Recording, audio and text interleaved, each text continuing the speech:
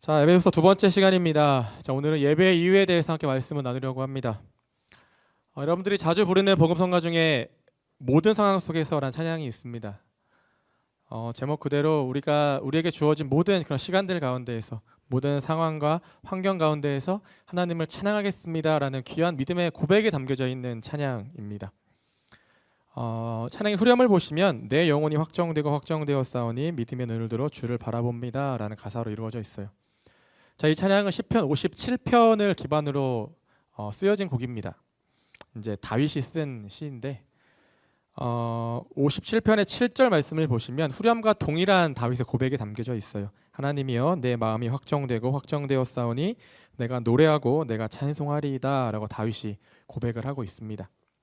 자, 여기서 확정되다라는 말은요, 우리가 이 말을 히브리어로 봤을 때에는 확정이라는 뜻보다는 고정되다라는 의미를 더 가지고 있는 단어입니다. 자, 우리의 마음이 여러분 어때요? 우리의 마음은 늘 요동칠 때가 되게 많죠. 우리가 인간의 마음을 갈대에 종종 비유해서 마음은 갈대처럼 이렇게 이리 갔다 저리 갔다 흔들린다라고 이야기를 많이 하잖아요. 우리의 마음은 상황과 환경에 따라서 요동칠 때가 참 많이 있습니다. 아무리 우리가 중심을 잡는다 그래도요, 우리는 연약해요. 그래서 우리의 마음은 날마다 이리저리 왔다 갔다 심히 요동치고 변덕스럽다라는 것이죠. 여러분, 다윗이 물론 성경에서는 다윗이야말로 하나님의 마음에 합당한 자였다라는 너무나 큰 칭찬을 받은 인물이었지만, 여러분, 다윗은 하나님이 아니잖아요. 다윗도 우리처럼 인간이에요. 사람. 그래서 다윗이 살던 시대와 우리의 시대가 다를 뿐이지, 다윗도 똑같이 우리처럼 어려움도 겪고 아픔도 겪고 슬픔도 겪고 또 억울하기도 하고 똑같은 그런 일들을 당했습니다. 그런데 다윗은 그러한 가운데에서도 늘 고백을 합니다. 내 마음이 확정되고 확정되었사오니 내가 믿음의 눈을 들어 주님을 바라봅니다 라고 고백을 합니다. 그러니까 다윗은 언제나 예배자로 살았다라는 거예요. 여러분, 우리가 벽에 단단히 고정되어 있는 못을 보신 적이 있을 거예요. 여러분, 그 못은 웬만한 우리의 힘으로는 절대 빠지지 않습니다. 아마 건물이 무너지지 않는 한 절대 벽에 박혀있는 못이나 나사는 스스로 빠질 수 없어요. 그만큼 단단하게 고정이 되어 있다라는 것이죠. 여러분, 다윗은 그러한 못처럼 늘 자기의 마음을 또 자기의 시선을 하나님께로 고정했다라고 그렇게 고백을 하고 있습니다. 우리 모두의 삶이 언제나 하나님께 초점을 두는 삶을 살아가고 있죠. 우리가 포커스 온이라고 고백하잖아요. 하나님께 늘 초점을 맞추고 살아갑니다. 그런데 초점은 어때요? 풀릴 때가 있어요. 네, 저도 제가 사진을 좋아하니까 카메라를 많이 들고 다니는데 초점도 우리가 잘 맞춰야지만 정확하게 사물을 잡지, 초점이 나가버리면 내가 아무리 온갖 정성을 들여 사진을 찍어도 그 사진은 쓸 수 없는 사진이 되어버리는 것이거든요. 초점은 늘 흔들릴 수가 있습니다. 변동이 돼요. 그런데 이제는 우리가 이전까지는 하나님 앞에 초점을 맞췄던 삶을 살아갔다라면 이제는 거기서 한 걸음 더 나아가서 하나님께 고정하는 삶, 포커스 온이 아니라 픽스 온 하는 그러한 삶으로 나아가야 한다라는 것입니다. 여러분의 마음을, 여러분의 생각을, 또 여러분의 영혼을 하나님께로 고정하는 그러한 삶으로 나아가야 한다라는 것이죠. 우리가 오늘 읽었던 에베소서 1장 3절 말씀은 찬송하리로다라는 가슴 벅찬 고백으로 시작을 하고 있습니다. 그런데 아이러니하게도 지금 이 바울이 처해 있는 상황은 찬송이랑은 조금 거리가 먼 그러한 상황이에요. 왜냐하면 이 에베소서는 감옥에서 쓰여진 책이었다라고 지난주에 말씀을 드렸죠. 지금 바울이 가택 연금되어 있는 상태에서 편지를 쓰고 있다라는 거예요.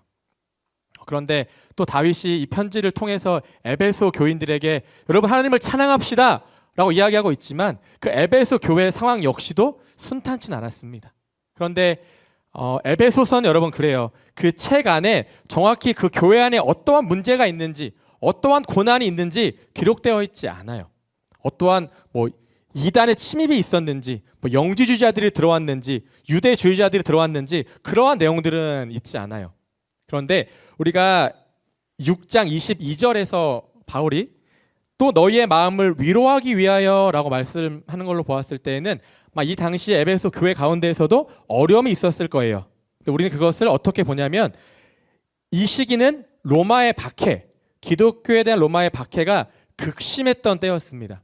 그러니까 아마 에베소 교회도 마찬가지였을 거예요. 심한 박해를 당하거나 어려움이 있었을 것인데 그 가운데에서 지금 바울은 하나님을 찬양합시다. 우리가 지금 그러한 상황에 놓여 있지만 나는 감옥에 있고 여러분들은 박해 가운데 놓여 있지만 하나님을 찬양합시다. 우리의 시선을, 우리의 마음을, 우리의 삶을 하나님께로 고정합시다 라고 지금 권면하고 있는 것이죠. 여러분, 감옥과 박해는 찬양하기엔 너무나 열악한 상황인 것은 맞아요. 그런데 그럼에도 불구하고 우리는 그렇게 생각을 합니다. 물론 우리가 감옥에 있진 않아요. 우리는 박해도 받지 않아요. 그래서 우리는 늘 생각하기에 나는 그런 상황이 온더라도 하나님을 찬양할 것입니다. 예배할 수 있어요. 흔들리지 않습니다. 초점을 맞추고 고정하고 다 가능합니다라고 생각하지만 여러분, 우리 중에 그 누구도 쉽게 그런 상황들을 장담할 수가 없다라는 것이죠. 하지만 여러분, 뭐예요? 바울은 그렇게 했다라는 겁니다. 바울은 감옥에서 늘 찬양했어요. 바울이 신라와 감옥에 갇혔을 때에도 찬양하며 기도할 때 감옥문이 열렸다라고 성경은 말씀하고 있지 않습니까? 바울은 이 또한 은혜입니다라고 고백을 했던 거예요. 그 감옥에 있는 상황조차도 은혜다라는 것이죠. 여러분, 오늘 바울이 고백합니다. 바울은 3절을 보시면 하늘에 속한 신령한 복을 주신 하나님을 찬양합시다 라고 이야기를 하고 있어요. 이거는 권면이기도 하지만 자기 스스로도 그렇게 하겠습니다 라고 이야기하고 있는 겁니다. 여러분, 하나님의 은혜는 우리가 우리의 상황이 좋을 때, 우리의 환경이 순탄할 때만 주어지는 그러한 선물이 아닙니다. 또 하나님의 은혜는 좋은 상황과 좋은 환경을 더 좋게 만드는 여러분 그러한 것도 아니에요. 하나님의 은혜는 때와 상황에 따라서 다르다라는 거예요, 여러분. 예를 들어서 지금 무더운 사막을 걷고 있는 어떤 사람이 있습니다. 이 사람에게는 시원한 에어컨보다 그 한 모금의 한 방울의 물이 더 귀한 것이고 그 무엇과도 비교할 수 없는 큰 은혜가 되어지는 것처럼 지금 감옥에 갇혀 있지만 박해 가운데 놓여 있지만 당장의 석방이나 당장의 자유보다 이렇게 우리가 앉아서 예배하고 있고 또 이렇게 앉아서 내가 지금 에베소 교회에 편지를 쓰면서 하나님의 은혜를 전하고 복음을 증거하는 바로 그 순간이 나에게는 가장 큰 은혜입니다 라고 바울이 고백하고 있다는 것이죠.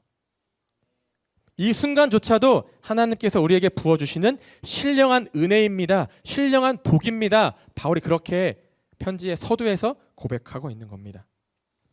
자, 우리는 언제 찬양합니까? 여러분들은 언제 찬양을 많이 하세요? 보통 교회에서 하죠. 또 찬양은 찬양팀만의 또 전유불이라 느끼면서 그냥 자리에 앉아서도 이렇게 조용히 입만 이렇게 벌리거나 그냥 박수만 살살 치면서 이렇게 몸만 흔드는 경우가 되게 대부분에 많죠.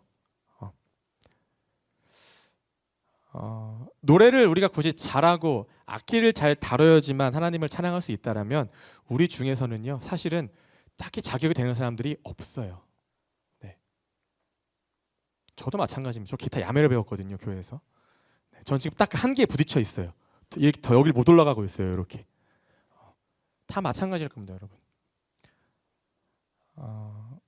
아니면 우리가 찬양은 굳이 교회 안에서만 해야 된다라는 그런 생각이 있다라면 우리는 아마 평생 가운데에서 몇 시간이나 우리가 하나님을 찬양하며 살 수가 있을까요? 여러분, 우리가 소질이 없어도 달란트가 없어도 장소가 교회가 아니어도 우리는 언제든지 하나님을 찬양할 수가 있습니다. 여러분, 찬양은 할 수 있고 없고의 문제가 아니다라는 말씀이에요. 찬양은 우리의 사명이고 우리의 책임이다라는 것이죠. 호흡 있는 모든 만물은 하나님을 찬양하라 성경은 우리에게 말씀하고 있습니다. 하나님께 지음받은 피조물, 그 하나님의 호흡을, 그 생기를 부여받은 모든 피조물이라면 당연히 해야만 하는 의무이자 책임이자 사명이 바로 찬양이다라는 거예요, 여러분. 여러분, 노래를 못해요. 악기를 못 다뤄요. 그러면 어떻게 하면 돼요? 여러분의 삶을 통해서 찬양하면 되는 겁니다. 여러분의 어떠한 행위를 통해서 여러분의 어떤 삶의 그런 모습 가운데에서도요 노래가 찬양의 전부가 아니다라는 말씀을 드리고 싶은 거예요. 여러분이 하나님의 이름을 높이고 여러분의 그런 어떠한 삶의 어떠한 행동이나 여러분의 어떠한 그런 말이나 그런 섬김의 모습이나 그 가운데에서 내 스스로가 아니라 하나님의 이름이 높여질 수 있다라면 하나님의 영광이 드러날 수 있다라면 여러분 그 자체만으로도 찬양이라는 거예요. 멜로디가 없어도 됩니다. 가사가 없어도 괜찮다라는 거예요, 여러분. 우리의 모든 말과 행동 하나하나가 하나님을 높여드리는 찬양이 될 수 있다라는 겁니다, 여러분. 그러니까 여러분, 바울은 지금 감옥에서 편지를 쓰고 있지만 그조차도 하나님을 높여드리는 찬양이다라는 거예요, 여러분. 여러분, 요셉을 보세요. 요셉의 삶을 보시면 보디발의 집에서나 아니면은 감옥에서나 늘 하나님께서 요셉을 어떻게 하셨죠? 형통하게 하셨다라고 말씀하고 있잖아요. 여러분, 왜 그럴까요?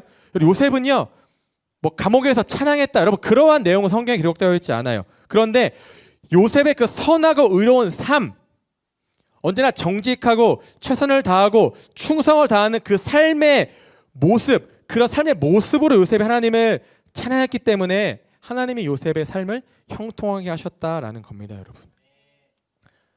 내 삶 가운데 일어나는 모든 상황과 환경 속에서 하나님의 나라와 그 의를 위해서 우리가 살아갈 수 있다라면, 여러분, 저는 그것만으로도 우리는 이미 찬양하는 삶을 살아가고 있다라고 확신을 합니다. 여러분, 바울이 오늘 말씀에서 하나님께서 예수님을 통해서 하늘에 속한 모든 신령한 복을 주시기 때문에 찬양해야 한다라고 권면을 합니다. 그러면 그 신령한 복은 무엇일까요?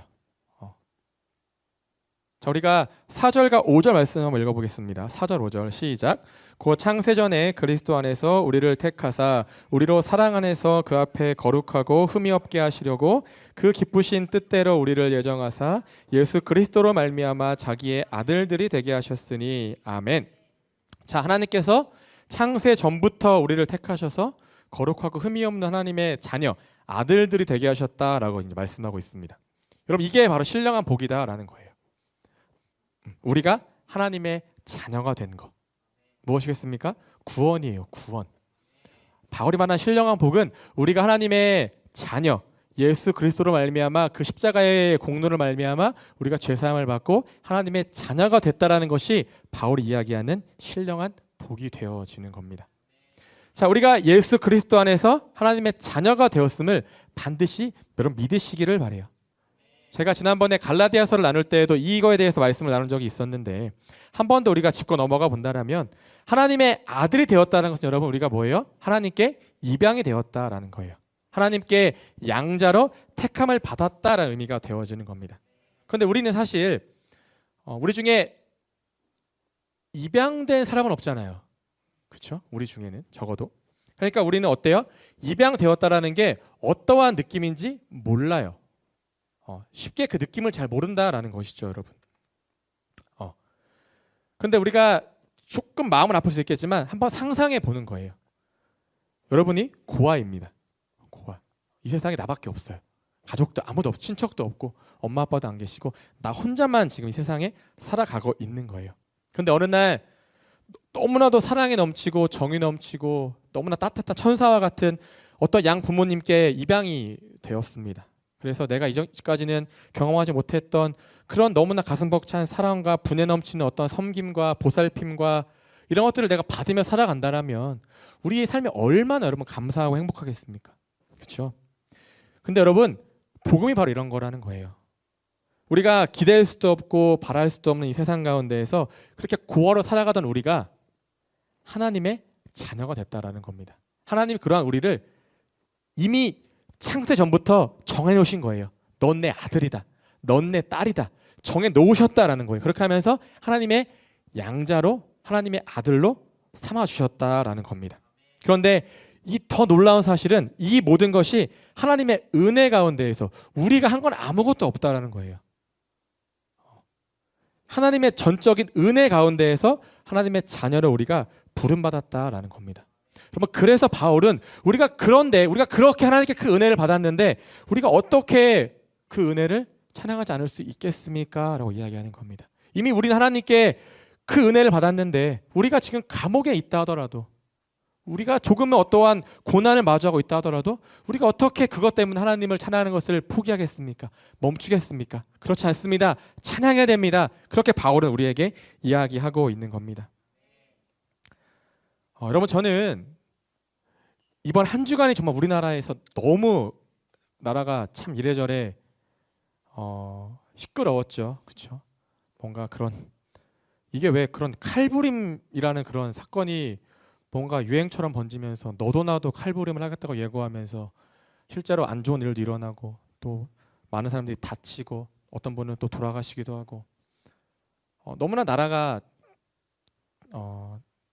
그랬지만 이렇게 어두운 시대 가운데에서 저는 우리가 여러분들이 하나님의 자녀로 부름을 받은 각각의 너와 내가 그렇죠? 너와 내가 예수님의 몸된 교회 안에서 이렇게 하나님을 예배하면서 서로 교제하고 찬양하고 그리고 그렇게 우리가 살아갈 수 있다라는 거, 우리가 그렇게 한 가족이 되었다라는 게 얼마나 여러분 감사한지 모르겠습니다. 우리가 이 시대를 어떻게 살아갑니까? 어떻게 이겨낼 수 있겠습니까? 이 안에서 함께 이겨내는 겁니다, 여러분. 우리 중에 누구라도 하나님의 자녀가 되기에 마땅한 사람은 아무도 없습니다. 우리는 그저 거저 받은 은혜로 살아가는 거예요, 여러분. 그래서 뭐 내가 잘나고 네가 못나고 우리 간에 서로 간에 뭘 자랑하고 내세울 게 전혀 여러분 없다라는 거예요. 그래서 우린 그렇기 때문에 서로 부족하지만 연약하지만 그럼에도 불구하고 우리가 예수 그리스도 안에서 하나님의 자녀로 부름받았기 때문에 그렇게 너와 내가 한 가족이 되었기 때문에 우리가 함께 모여서 하나님을 예배할 수 있는 겁니다.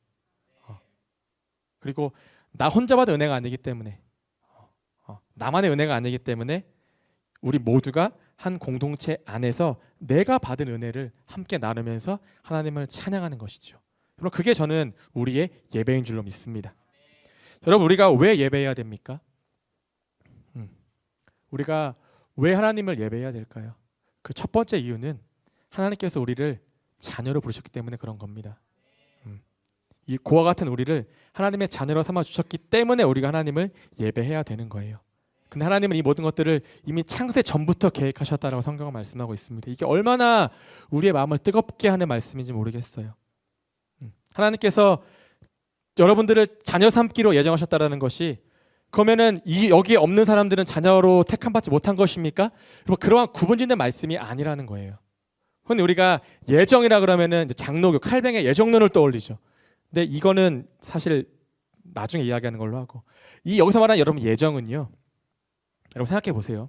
하나님께서 나를 구원하시기 위해서 나를 자녀로 부르시기 위해서 창세전부터 그렇게 이것들을 예정하고 준비하셨다라면 여러분 하나님이 얼마나 그 정성을 다해서 정말 그 섬세하리만큼 세심하게 그 계획을 준비하셨다라는 뜻이 되겠습니까? 그토록 이미 오래전부터 여러분이 이 세상에 태어나기 이전부터 이미 하나님은 여러분을 구원하시기 위해서 그 준비를 하고 계셨다라는 거예요. 그게 하나님의 예정하심입니다. 하나님은 그만큼 우리를 사랑하신다라는 거예요. 자, 우리가 다음 주에 수련회가 있죠. 우리 임원들이나 리더들이 수련회를 벌써 한 달, 두 달 전부터 준비를 막 열심히 하고 있잖아요. 그렇죠? 근데 여러분 왜 우리가 미리미리 준비합니까? 그 안에 우리가 정성을 담는 것이거든요.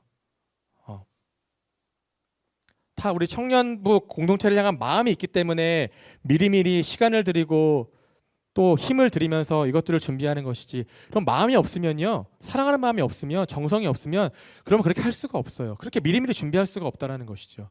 여러분 근데 하나님은 이 모든 준비를 창세 전부터 하셨다라는 거예요. 여러분 이게 하나님의 사랑인 줄로 믿습니다. 여러분 그래서 우리는 하나님의 그 은혜를 하나님의 우리를 향한 그 사랑을 찬양하며 예배하는 것이 마땅한 줄로 믿습니다. 아멘. 자 다음으로 7절을 보실까요? 7절을 보시면 우리는 그리스도 안에서 그의 은혜의 풍성함을 따라 그의 피로 말미암아 속량 곧 죄사함을 받았느니라 말씀하고 있습니다. 자 두 번째예요. 우리가 왜 하나님을 예배해야 됩니까? 그 두 번째 우리를 속량하셨기 때문에 그렇습니다. 여러분 속량이란 다 마찬가지예요. 지난번에 갈라디아서를 다룰 때 이야기했었죠. 여러분 속량은 뭐예요? 이 시대 로마 시대의 속량이라는 것은 노예를 내가 적당한 값을 주고 해방시키는 겁니다. 노예나 죄인에게 죄수에게 적당한 어떤 금액을 지불한 다음에 이 사람을 자유케 하고 해방케 하는 게 바로 속량이라는 행위가 되어지는 거예요. 근데 여기서 여러분 중요한 것은 뭐예요? 그 노예를 위해서 그 죄인을 위해서 내가 값을 지불한다라는 게 여러분 가장 중요한 겁니다. 여러분 하나님께서 우리를 구원하시기 위해서 값을 지불하셨어요. 어떤 값입니까? 피값을 지불하셨습니다. 예수 그리스도의 십자가의 죽음이에요. 하나님이 치르신 대가는 사랑하는 아들 독생자 예수 그리스도를 십자가에 달려 죽게 하셨다라는 너무나 아픈 대가를 또 그 피값을 치르시고 우리를 속량하셨다라는 겁니다. 그래서 우리는 예수님의 피로 구원을 받고 예수님의 피로 뭐예요? 자유함, 해방을 얻게 되었다라는 것이죠. 자, 우리가 이 속량이라는 개념을 좀 더 이해하기 위해서는 출애굽기를 볼 수가 있어야 돼요. 자, 성경에서 이 속량이라는 단어가 제일 처음 등장하는 책이 바로 출애굽기입니다. 자, 6장을 보시면요, 6장 6절과 7절 말씀을 제가 읽어드릴게요. 한번 찾아서 보셔도 돼요. 자, 6장 7절, 6절, 7절 출애굽기. 자, 그러므로 이스라엘 자손에게 말하기를 나는 여호와라. 내가 애굽 사람의 무거운 짐 밑에서 너희를 빼내며 그들의 노역에서 너희를 건지며 편팔과 여러 큰 심판들로서 너희를 속량하여 너희를 내 백성으로 삼고 나는 너희의 하나님이 되리니 나는 애굽 사람의 무거운 짐 밑에서 너희를 빼낸 너희의 하나님 여호와인 줄 너희가 알지라. 아멘. 자, 하나님께서 내 백성으로 삼으시기 위해서 이스라엘 백성들을 출애굽으로부터 속량하셨다라고 성경은 말씀합니다. 자, 애굽의 노예로 살아가던 이스라엘 백성들을 구해내셨다라는 말씀이에요. 내가 너희를 구속해내겠다라는 약속의 말씀인 것이죠. 자, 여러분 이어서 8절 한 번 더 보시면 내가 아브라함과 이삭과 야곱에게 주기로 맹세한 땅으로 너희를 인도하고 그 땅을 너희에게 주어 기업을 삼게 하리라. 나는 여호와라 하셨다라. 아멘. 하나님께서 이스라엘 백성들을 속량하신 이유는 과거로부터 언제요? 아브라함 때부터 맺으신 약속의 말씀이 있었어요. 가나안 땅, 그 약속의 땅으로 내가 너희를 인도하시겠다라는 그 약속의 말씀을 이루시기 위해서 이스라엘 백성들을 속량해 내셨다라고 말씀을 하고 있습니다. 내가 그래서 그 이전의 노예의 삶에서 벗어나서 하나님의 자유한 백성으로 그 가나안 땅에서 너희들이 살아갈 수 있게 하시기 위해서 내가 너희를 속량한다라고 말씀하고 계신 거예요. 여러분, 하나님께서는 어때요? 우리가 복음 안에서 예수 그리스도 안에서 참된 자유를 누리며 살기를 원하고 계십니다. 하나님이 왜 못하러 독생자를 희생하시면서까지 우리를 속량하셨겠습니까? 여러분들이 노예로 살지 말라는 거예요. 어디가 매여있지 말라는 겁니다. 여러분, 노예는 자유가 없어요. 아시죠? 내 뜻도 없습니다. 의지도 없어요. 아무것도 없습니다. 여러분, 그런데 우리가 죄에 잡혀버리면, 우리가 죄의 노예가 되어버리면 여러분 예배의 자유도 없어요. 여러분의 마음은, 여러분의 몸은 예배를 드리고 싶어요. 근데 죄가 그렇게 하지 못하게 막는다라는 것이죠.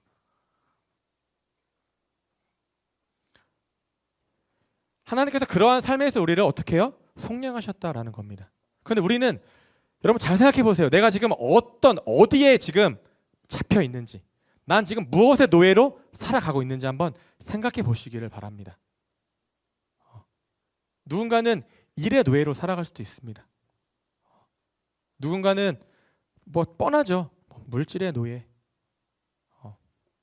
또 어떤 그런 성공의 노예, 명예의 노예, 너무나 많을 거예요.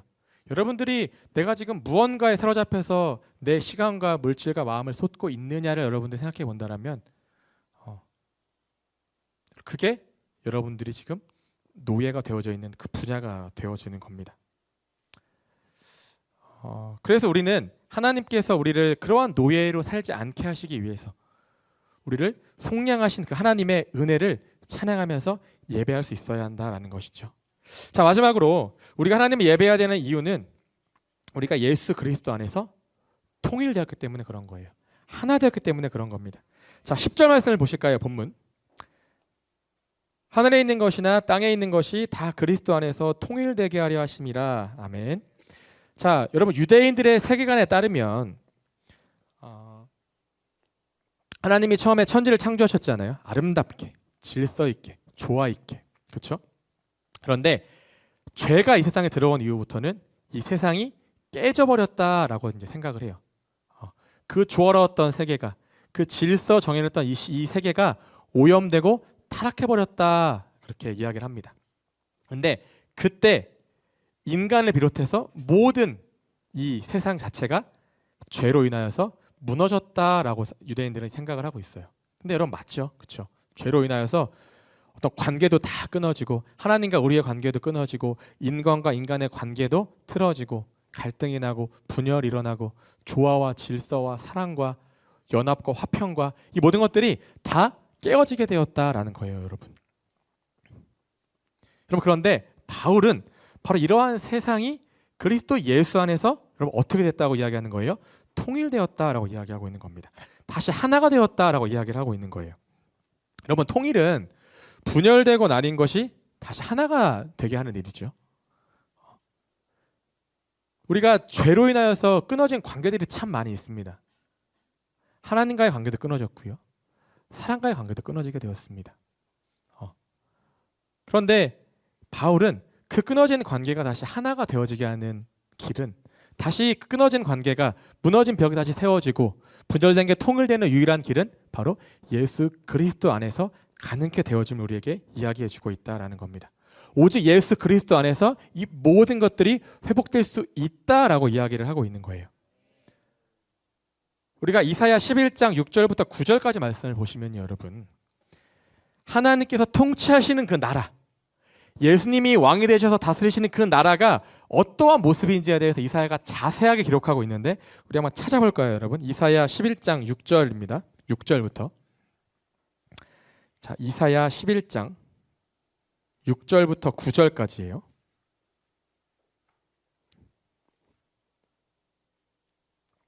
자, 다 찾았죠? 이사야 11장 6절부터 9절까지입니다. 함께 읽어봅시다. 시작. 그때에 이리가 어린 양과 함께 살며 표범이 어린 염소와 함께 누우며 송아지와 어린 사자와 살찐 짐승이 함께 있어 어린 아이에게 끌리며 암소와 곰이 함께 먹으며 그것들의 새끼가 함께 엎드려지며 사자가 소처럼 풀을 먹을 것이며 젖먹는 아이가 독사의 구멍에서 장난하며 젖된 어린아이가 독사의 굴에 손을 넣을 것이라.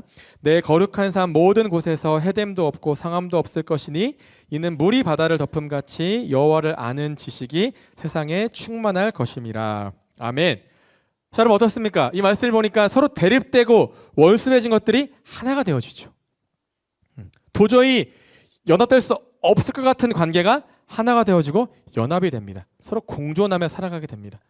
평화, 화평, 이 모든 것들이 이루어지는 바로 그 세상이 하나님이 다스리시는, 예수님이 왕으로서 통치하시는 바로 그 세상이다라는 거예요.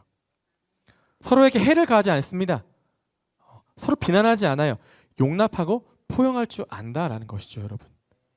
사실 오늘날의 이 시대와 너무나 거리가 먼 모습이에요.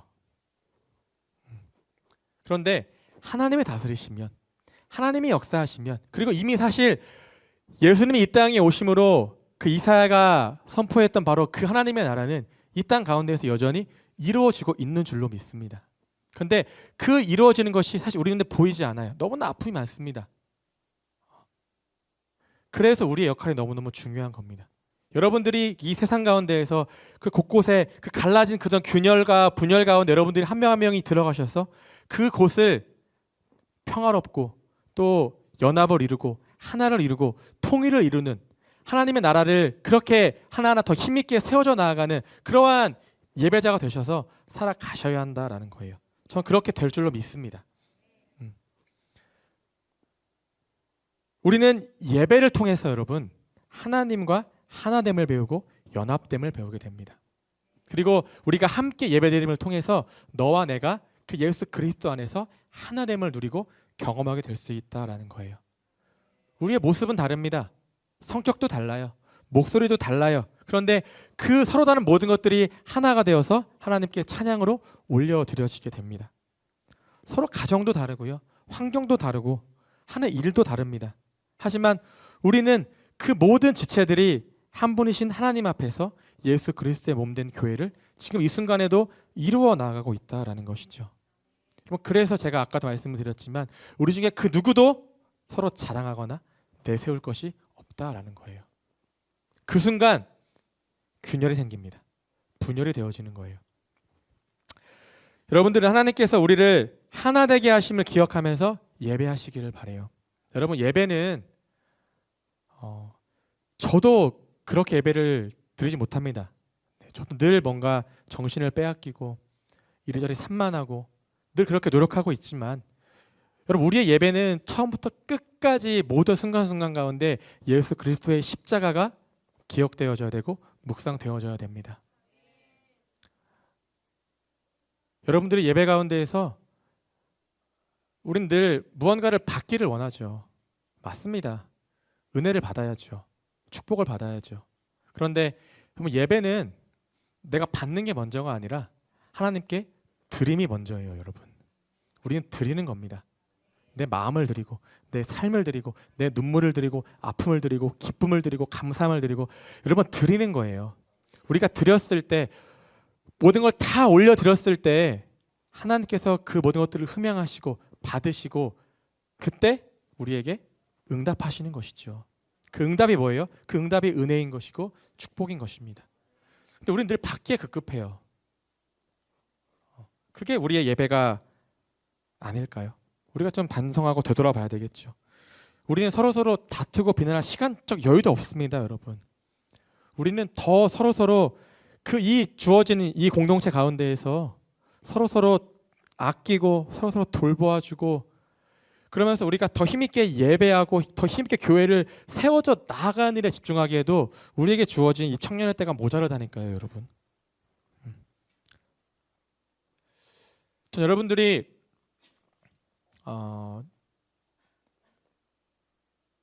분명히 이제 더 큰 어른이 되겠지만 이제 교회 안에서 다 나중에 집사님들이 되고 또 권사님이 되고 장로님이 되고 또 혹시 압니까? 우리 중에는 목사도 나오고 성사도 나오고 다 그럴 거 아니에요, 그렇죠? 전 여러분들이 정말 교회 안에서 존경받는 어른이 되었으면 좋겠습니다. 네.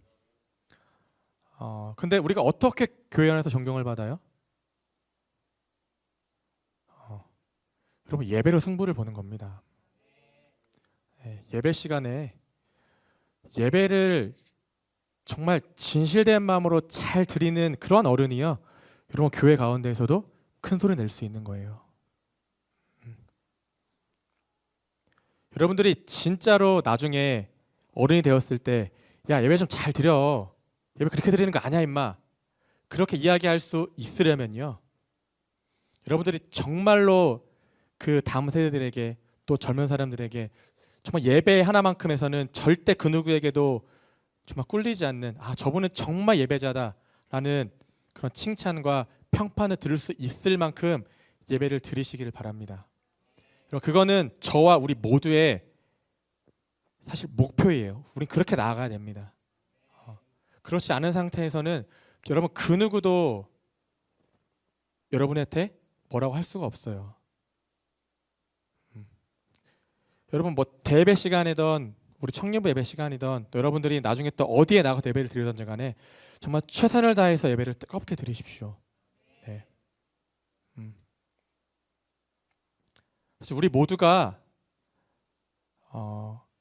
제인처럼 예배를 드려야 되는 게 맞는 거예요. 그게 여러분 우리의 사명인 겁니다. 그럼 예수님께서 이스라엘의 예루살렘에 입성하실 때 많은 사람들이 종려나무를 흔들면서 호산나 호산나 찬양을 불렀죠.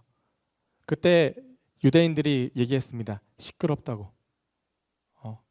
근데 예수님께서는 저 사람들이 찬양하지 않아도 이 옆에 있는 이 돌덩이들이, 저 사람들이 찬양하지 않으면 이 옆에 있는 길가에 놓여진 돌덩이들이 일어나서 하나님을 찬양할 것이다 라고 이야기를 했어요. 그게 맞는 거죠, 여러분. 여러분 우리의 삶은요, 우리의 예배는 그러한 예배가 되었으면 좋겠습니다. 누가 옆에서 뭐라고 한들 여러분 그런 것에 마음 빼앗기지 마십시오. 여러분들이 그래서 진짜로 그 예배만큼은 모든 사람들에게 정말 예배를 잘 드린다, 그렇게 살아가는 우리 청년들이 되었으면 좋겠습니다. 자, 말씀을 정리하겠습니다. 우리가 하나님께서 우리를 자녀로 삼아주시고 또 우리를 속량하시고 우리를 예수 그리스도 안에서 하나 되게 하셨기 때문에 우리 하나님을 예배해야 되는 겁니다. 물론 예배의 이유는 너무너무 많아요, 여러분.